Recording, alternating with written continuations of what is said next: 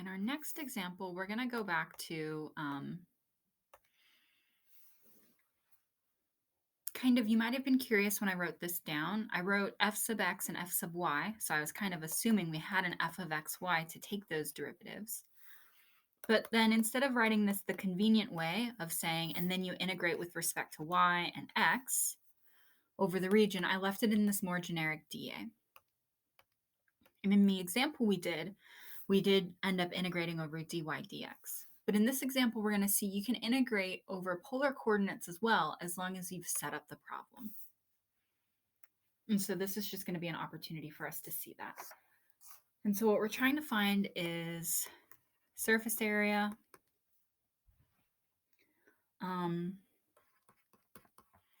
of the paraboloid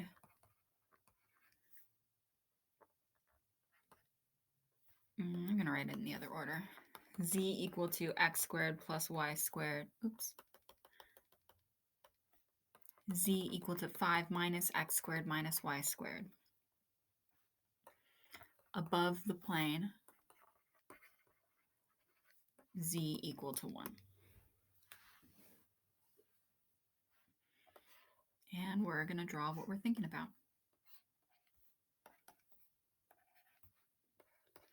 So the paraboloid z equal to 5 minus x squared minus y squared, whenever we see z, x squared, and y squared together, we know we're thinking about a bowl shape. And since we have negative x squared, negative y squared, we know that we're thinking about this downward facing bowl shape. And when x and y are 0, you get z equal to 5 minus 0 minus 0. So the bowl starts at 5.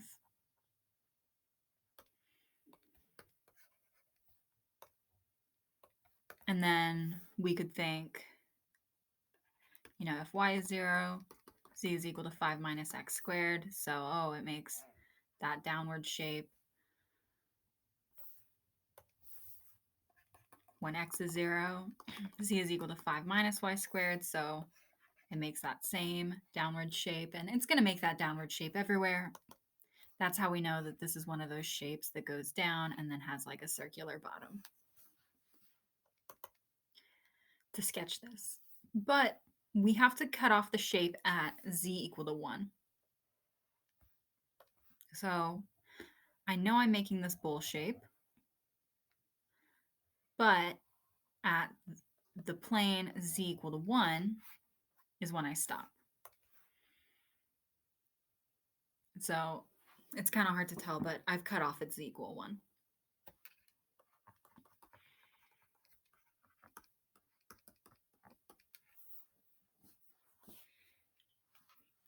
So here's my z equal to 5 minus x squared minus y squared, this bendy shape, and then here's my cutoff at z equal 1.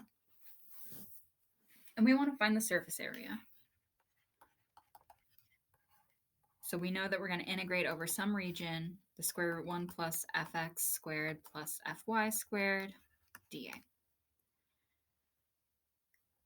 And my region R is going to be the projection of my shape down into the xy plane. So it's going to be, if I cast a shadow, I have a light up here that's shining down on my surface, what shadow is left in the xy plane. And it's going to be just this final circle shape where we kind of cut it off. It's a really uneven looking circle because I'm bad at perspective. But let's try that. It's a little better. Okay. So just so we're clear, that's the projection of my shape down into the xy plane. And so this is my region R. And this is the surface we're trying to find the surface area of.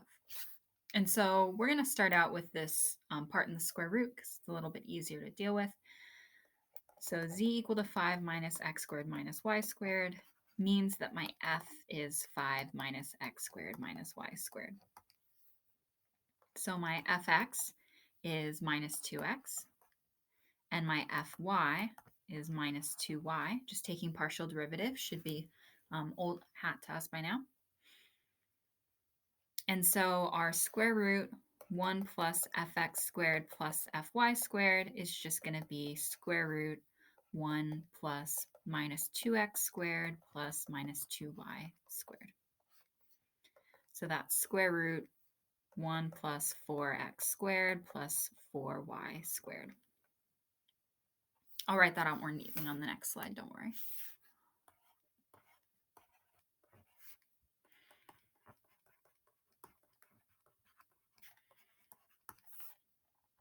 Okay, so we found this thing. And in our first example, that quantity was a constant number, and I said it's okay if it depends on x and y. And that's what we're seeing here. We have square root x squared and y squared inside. That's fine. That just means that we're going to have to integrate with respect to those variables and take care of that instead of pulling it out like a constant. The second part of our problem is writing this region R and choosing how we integrate over it. So this region R, if you don't believe me that it's this circle, like if you'd sat down and you had not sketched this picture and known what this looked like, right now you would be kind of like, oh no, what do I do next?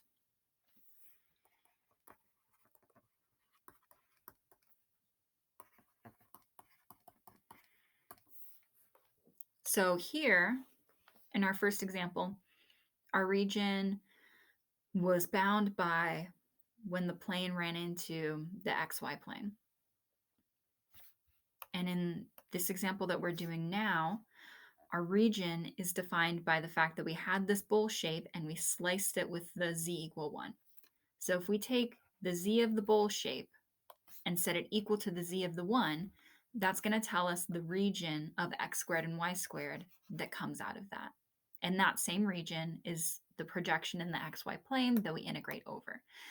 This is the same way when you set up a triple integral. If you had been integrating between 1 and 5 minus x squared minus y squared, and you got to the point where you needed to fill in the x and y coordinates, you would set these two bounds equal to each other to find out our bounds here. So if you didn't know from me or believe when I said that our region looks like this, it's going to be a circle, then you would find it this way. You would say, I know that z is equal to 5 minus x squared minus y squared, and I know it cuts off at 1. So, oh, wrong way. That means that 4 minus x squared minus y squared is equal to 0. 4 is equal to x squared plus y squared, circle, radius 2.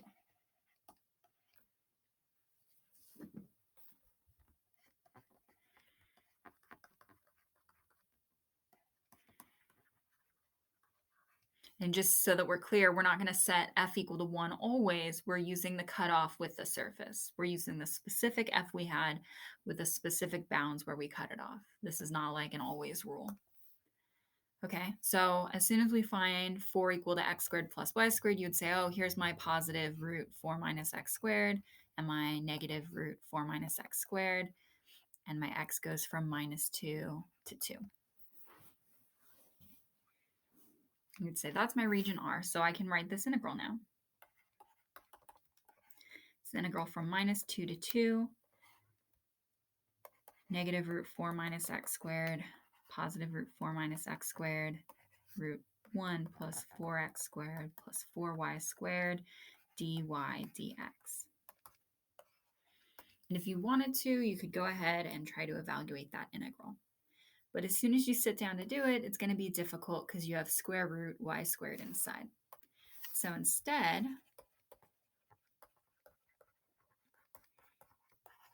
this is the part where I'm saying we can convert to polar. There's no rule that says we have to use dx dy here. We can use any means of integration that gets us across our region. So we can take our function and what we know our shape should be, and we can convert it to polar coordinates that are easier to deal with. So I'm going to draw our picture again, really sketchily. So it's a circle with radius 2. And I'm trying to integrate over the region 4x squared plus 4y squared dA. And I think that this is going to be easier if I do it in polar coordinates. So I'm going to say, how do I describe my region in terms of r and theta? It's one of the easier ones. I'm filling in this whole circle, so my r goes from 0 to the radius, which is 2. And then I occupy the entire circle, so my theta starts at the positive x-axis with 0, spins all the way around to get my 2 pi. So my integral could be set up, we'll do it down here, from 0 to 2 pi, from 0 to 2, square root 1 plus 4x squared plus 4y squared, r d theta. And those bounds look a lot nicer than the other bounds. But I need to make sure to get rid of my x and y. Because if I'm integrating with r and theta, I can't have an x and a y inside. And so what we need to note is that 4x squared plus 4y squared is equal to 4 times x squared plus y squared is equal to 4r squared. And now this is a polar integral. Doesn't matter where it came from that I was solving a surface area problem. I know that I can sit down and work through this. And if I have time, I totally will. We do not have time. I've already run over. So we'll stop here. I'll evaluate it in the next video just for